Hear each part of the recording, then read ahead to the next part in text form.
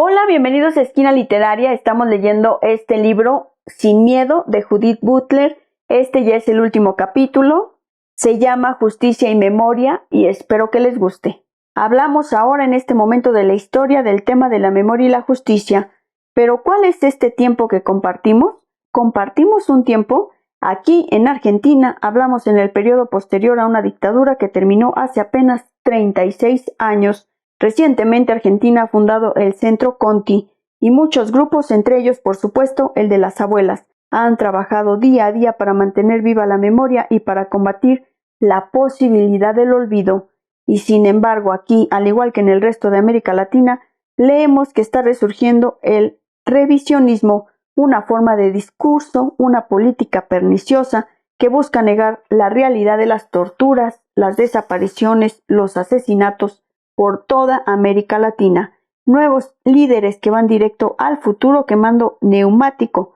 Con su programa neoliberal pretenden revivir la memoria de un gobierno militar, Bolsonaro en Brasil, o proclamar que los museos de la memoria histórica son estrategias de mercado de la izquierda, o exageraciones, o un relato injusto de la historia. En Chile hay quienes afirman que no habría que referirse al periodo entre 1970 y 1993 como la época de la dictadura, sino como una época de conflicto interno o de hecho de guerra civil, pero si acaso fue una guerra civil, fue una en la que el Estado desató un poder brutal contra los ciudadanos que como militantes de izquierdas luchaban por el socialismo y formaban parte de la resistencia a la dictadura. En Estados Unidos, al presidente actual le parecen buenas ideas los desfiles militares en honor a su presidencia y recurre a poderes extraordinarios para debilitar tanto la democracia parlamentaria como la democracia popular y reforzar el gobierno autoritario. Podríamos hablar de muchos otros regímenes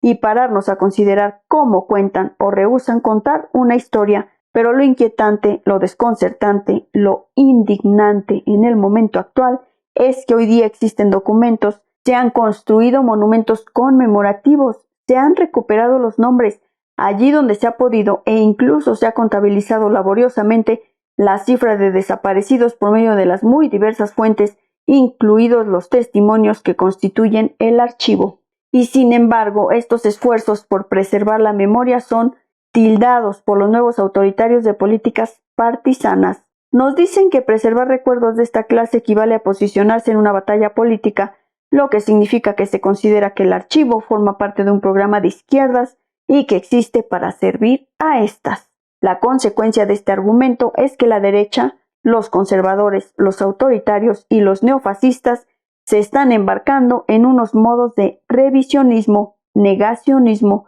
que sirven a sus propios intereses políticos. Cabe mencionar al menos 3 puntos sobre este panorama. El primero es que no podemos comprender plenamente a estos autoritarios de nuevo cuño guiándonos por el modelo de los antiguos, y tampoco podemos reducir el nuevo fascismo a ninguno de los que conocimos en el pasado. Estas formas nacen en parte de esa versión neoliberal del capitalismo que no solo ha intensificado la precariedad, socavado la idea de un trabajo duradero y generado deudas insaldables, sino que ha implantado un poder nuevo para aquellos estados que quieren afianzar su poder sobre la población, incluidos los ciudadanos que están en la frontera, los apátridas y los migrantes en la frontera. La intensificación de la pobreza y la inestabilidad en el terreno económico ha generado una ansiedad generalizada y el deseo de una autoridad más firme tanto en la familia tradicional como en el Estado. Y sabemos también, creo, que quienes sufren hasta un grado desproporcionado en la economía actual,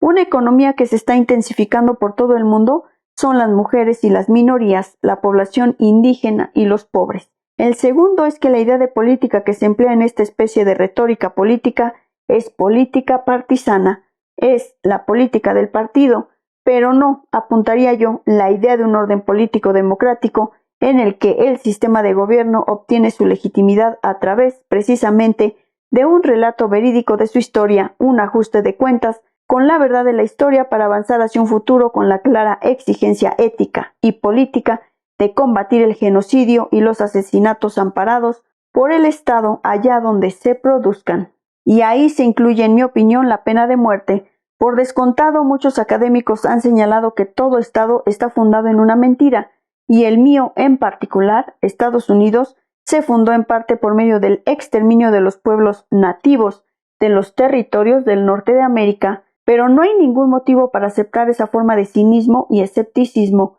Una de las razones por las que insistimos en que se conozca la historia del genocidio contra los pueblos nativos, o por las que los armenios y sus partidarios insisten en que el gobierno turco reconozca y llame por su nombre al genocidio de 1914, es para que sea posible una reparación. Otra razón es para que no se siga borrando el exterminio solo mediante el ejercicio continuado de la memoria, de un ejercicio reiterado de la memoria como parte de la propia cultura política democrática. Es posible mantener una oposición ética y política frente a la violencia de Estado, pero esto no es, como decía, una versión partisana de la política, es la condición misma y el límite mismo de las políticas democráticas. Y sí, es cierto que yo soy partisana, por cuanto la versión de la democracia que reivindico es una democracia radical, pero esa noción se beneficia a veces de los partidos políticos y más generalmente no.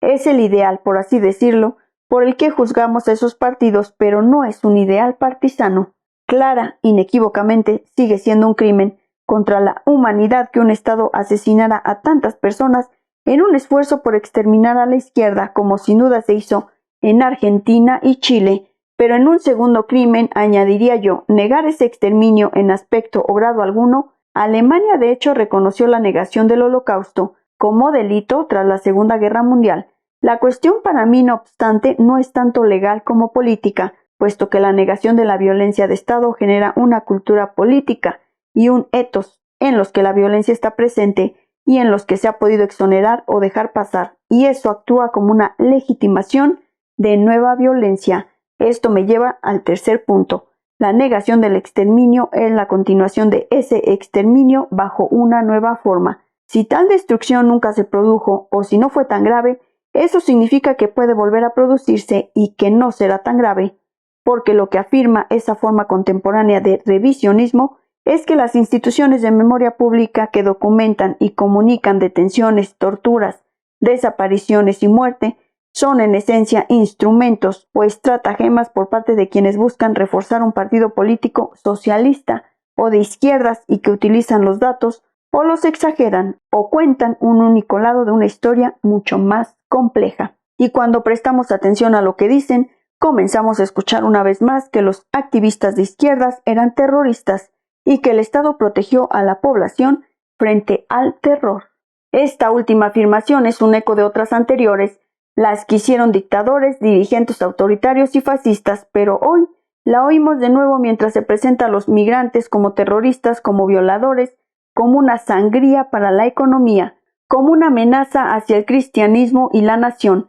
Si aceptamos que la memoria pública de la violencia de Estado es necesaria para impedir la repetición de una nueva violencia de Estado contra los ciudadanos, o más en general contra poblaciones, entonces debemos encontrar el modo de comprender cómo se pueden aplicar al presente las lecciones del pasado. Pero para ello no solo tenemos que conocer el pasado y defender a nivel político el derecho público de conocer la historia en toda democracia, sino que tenemos que saber trasladar el pasado al presente, aun cuando claramente no sean idénticos. En otras palabras, podemos juzgar, y de hecho juzgamos, la brutalidad letal de la dictadura. Pero, ¿qué ocurre si no nos enfrentamos ahora con dictadores manifiestos, sino con un autoritarismo neoliberal o con un fascismo securitario? ¿Podemos traducir este juicio cierto sobre lo que ocurrió en el pasado a un juicio contemporáneo sobre lo que está ocurriendo ahora? Para hacer esto tenemos que aceptar la divergencia temporal entre pasado y presente,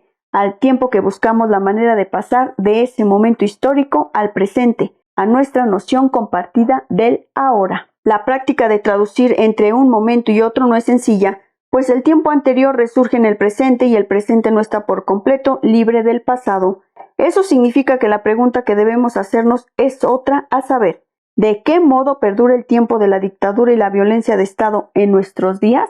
He sugerido que se pueden escuchar ecos de ese tiempo anterior cuando los apologetas comienzan a explicar que los estudiantes eran en realidad terroristas y que el Estado solo trataba en realidad de proteger a la población en conjunto frente al terrorismo. En nuestros tiempos, las fronteras se cierran sobre la base de ese mismo argumento, y ese argumento sirve ahora para reescribir una historia revisionista. El peligro que asoma en este momento desde el pasado está precisamente en el eco de la propia formulación. Si los ciudadanos aceptaran como cierta esta versión de la historia, o como legítimo este argumento que busca incrementar los poderes del Estado militarizado, estaríamos más cerca de aceptar la legitimidad de la violencia dictatorial y la lógica securitaria que justifican una remilitarización del Estado, y también de que esta violencia de Estado se volviera contra sus propios ciudadanos. No pretendo ser alarmista o embarcarme en ninguna fantasía innecesaria horrible,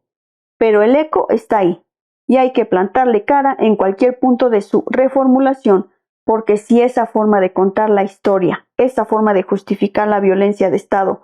pasa a ser aceptada, el revisionismo gana y abre el camino a la normalización de la violencia de Estado. Gran parte de la labor académica actual en torno a los estudios sobre la memoria aborda el modo en que un recuerdo puede revivir afectivamente por medio del cine, los medios, las imágenes o los relatos. El archivo puede pasar a ser un archivo viviente, según cómo se representan las historias traumáticas. Marianne Hirsch señala que en ocasiones hay una diferencia entre la memoria institucional,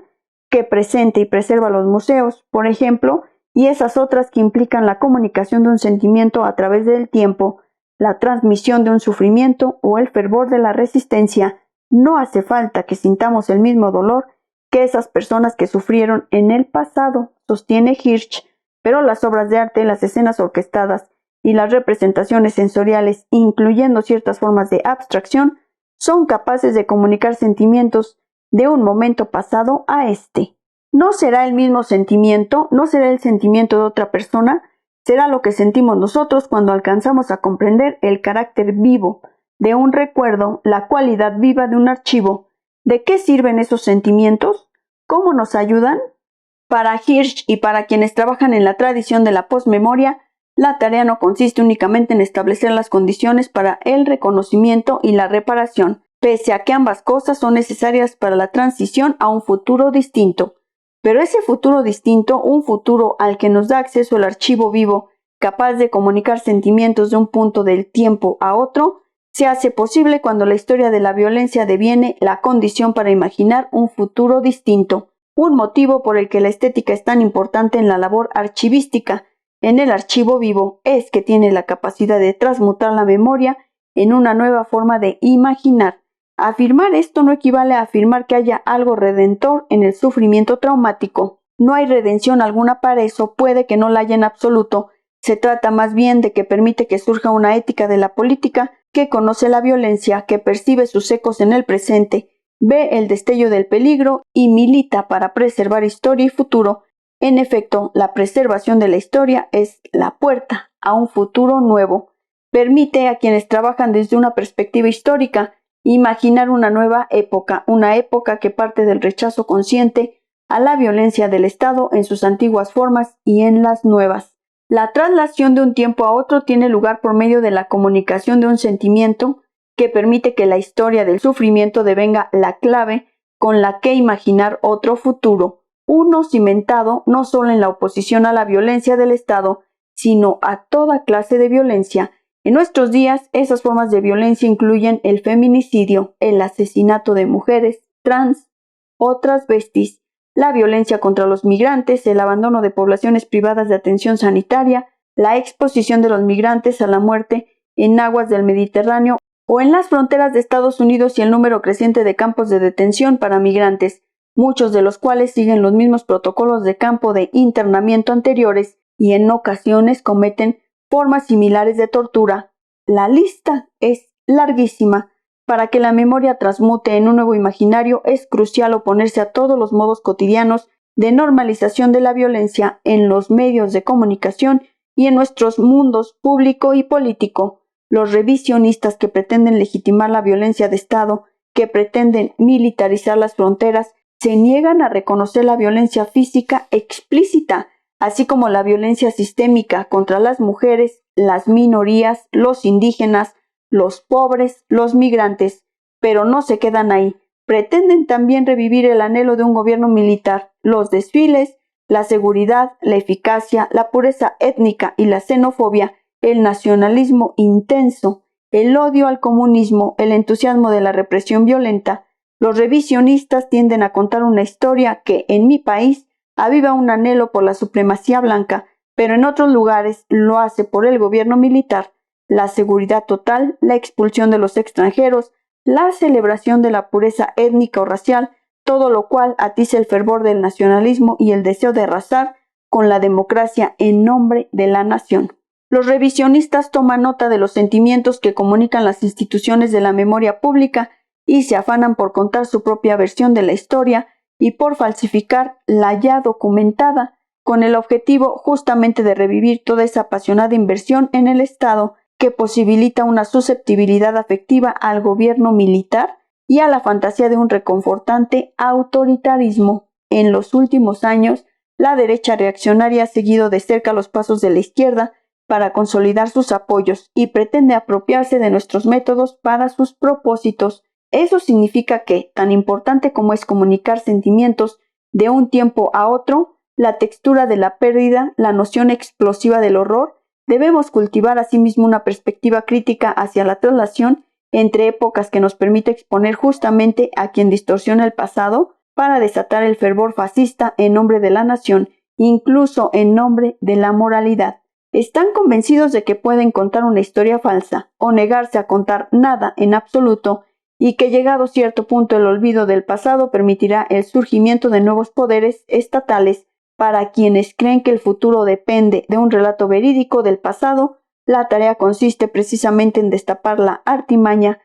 A los revisionistas no les gusta esta idea de la crítica, el pensamiento crítico, la memoria crítica. Consideran a menudo que los enfoques denominados críticos son negativos, que nos dejan atrapados a todos en el duelo, la pérdida y la recriminación. Se oponen a lo negativo y son, no obstante, negacionistas, personas que niegan la verdad de la historia, de modo que tal vez la tarea consiste en mostrar que el acto de imaginar un futuro de libertad radical, un futuro en el que las mujeres y las minorías no vivan con miedo y en el que perciban en cada aspecto de la vida pública y privada una confirmación de su igualdad,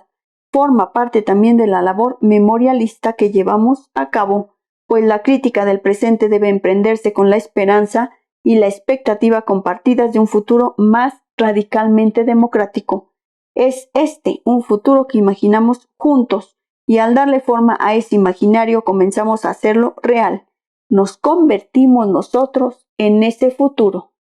Espero que les haya gustado la lectura de este libro Sin miedo, formas de resistencia a la violencia de hoy de Judith Butler. Muchas gracias por escucharme y nos vemos en la próxima lectura.